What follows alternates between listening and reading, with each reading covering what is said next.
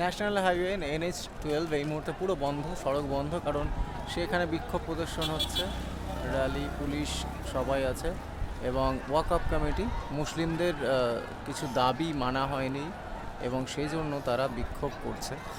তো এই মুহূর্তে এটা মুর্শিদাবাদের ছবি, জঙ্গিপুর রোড, এখান থেকে national highway Kolkata to national highway Siliguri to Kolkata এটা রাস্তা, এবং জঙ্গিপুরের ওপর দিয়ে যেতে হয় যেখানে র্যাফ নামানো হয়েছে অনেক দূরে, আর পুরো রাস্তা খালি এবং লাইন দিয়ে সারি সারি ট্রাক দাঁড়িয়ে, বাস দাঁড়িয়ে, যদিও বাস দেখা যাচ্ছে না, অনেক এখানে বন্ধ করে দেওয়া হচ্ছে যানবাহন, এবং সাধারণ যে হোটেল বা দোকান সেগুলো বন্ধ আছে।